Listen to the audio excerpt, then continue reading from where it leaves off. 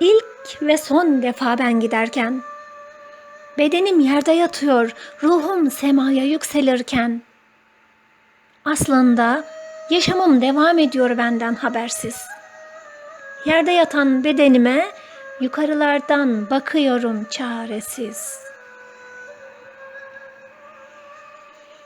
İlk ve son defa ben giderken, farkımız yok bizim aslında 24 saat yaşayan kelebekten.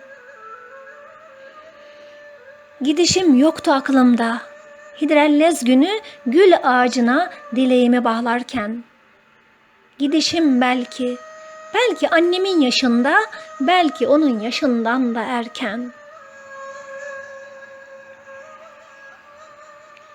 İlk ve son defa giderken ben, bakıyorum da kendime, sararıp solan benzime, yarı aralık bakan gözlerime, bu dünyada kapladığım 2 metrelik yerime.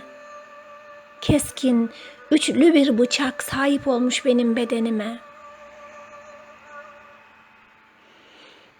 Gidiyorum ben, gidiyorum. Hiç dönmemek üzere gidiyorum. Bu dünyanın kirini bir teneşirde aklıyorum. Beyazlar içinde, yeşiller üstümde, tam orta yerinde, tabutun içinde.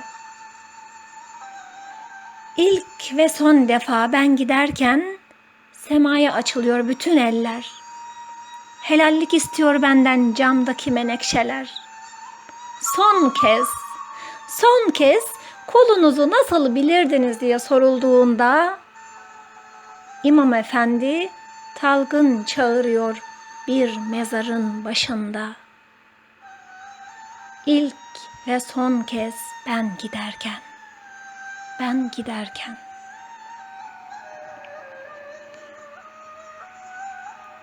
Şiir Ahuzar Gülbiye Öztürk. Yorumlayan Hatice Türkmen Yurtseven.